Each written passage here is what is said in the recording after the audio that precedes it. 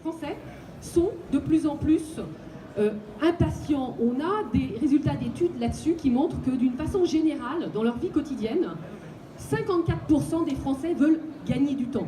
On est tous submergés par un tas d'actions à réaliser. De plus en plus d'actions, il faut aller de plus en plus vite. De nombreux acteurs tels que Airbnb ont compris que les Français cherchent à se faciliter la vie.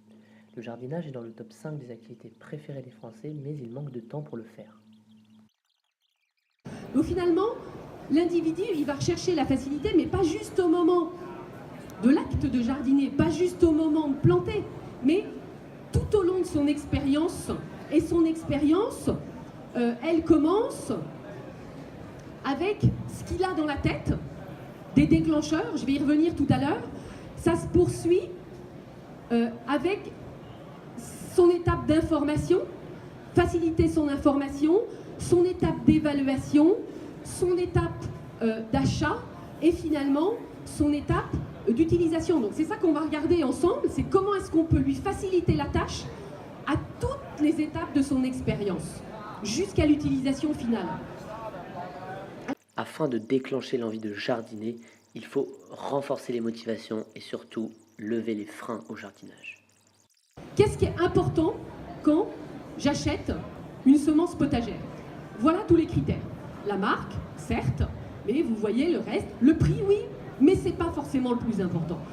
Le taux de rebut, c'est-à-dire comment est-ce que je vais transformer? Est-ce que je vais réussir à transformer? Est-ce que j'ai une sécurité sur le résultat? Nous allons voir qu'il est nécessaire d'alimenter les sources d'informations.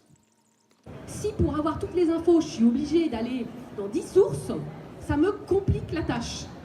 Donc vous, producteurs, distributeurs, même si vous n'êtes pas distributeur et que vous êtes producteur, vous avez par le biais de votre produit, par le biais de votre site internet, à travailler sur l'ensemble de ces informations qui sont attendues et à les donner, mais pas dans 10 sources qui compliquent la tâche, qui vont prendre du temps. Les consommateurs doivent avoir accès à l'ensemble des informations qu'ils désirent. On vous a pris un packaging d'un paquet de semences, là, et de regarder ce qui est en orange, en vert et en rouge. Et vous vous rendez compte que, certes, il y a du vert, c'est-à-dire qu'on a un certain nombre d'informations qui sont bien présentes, mais il en manque. Le goût de la variété, critère de choix numéro 1 de l'achat de fruits et légumes, et donc critère fondamental quand on va acheter des semences. Le taux de rebut, évidemment, on n'a pas d'informations là-dessus. Rien sur la santé. Rien sur le partage. C'est-à-dire que si vous n'êtes pas aguerri dans les plantations, est-ce qu'on va vous aider? Est-ce qu'on va mettre à vos dispositions des personnes qui ont une expertise? Est-ce qu'il va y avoir un partage? Rien là-dessus. Nous avons constaté qu'également en magasin et sur les sites internet, il y a peu d'informations et peu d'incitations à jardiner. L'évaluation aujourd'hui, c'est comparer.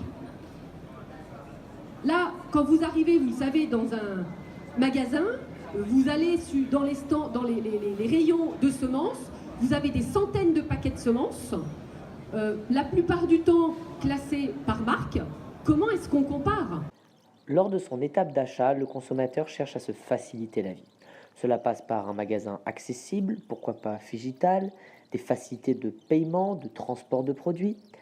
Cependant, cela ne s'arrête pas à l'achat, mais à la phase d'utilisation qui doit également être facilitée. Donc, des services devraient être proposés pour faciliter l'expérience, des services qui ont trait au partage, pour planter, pour entretenir, des packages de produits avec des produits d'entretien. Enfin, voici le tableau récapitulatif. La facilité d'utilisation, ça doit être une facilité de bout en bout du parcours. Vous, producteurs et distributeurs, comment devez-vous vous prendre pour faciliter le parcours de vos clients? Numéro 1, il faut se mettre à l'écoute. Il faut faire des études de vos consos. Deuxième étape, on récapitule l'ensemble de ces freins. Troisième étape, on construit une offre qui tient compte, bien évidemment, avec des antidouleurs, de la création de valeur, qui tient compte de ce qui est ressorti dans les études. Merci à tous pour votre attention. Ça m'intéresserait d'avoir vos retours. Comment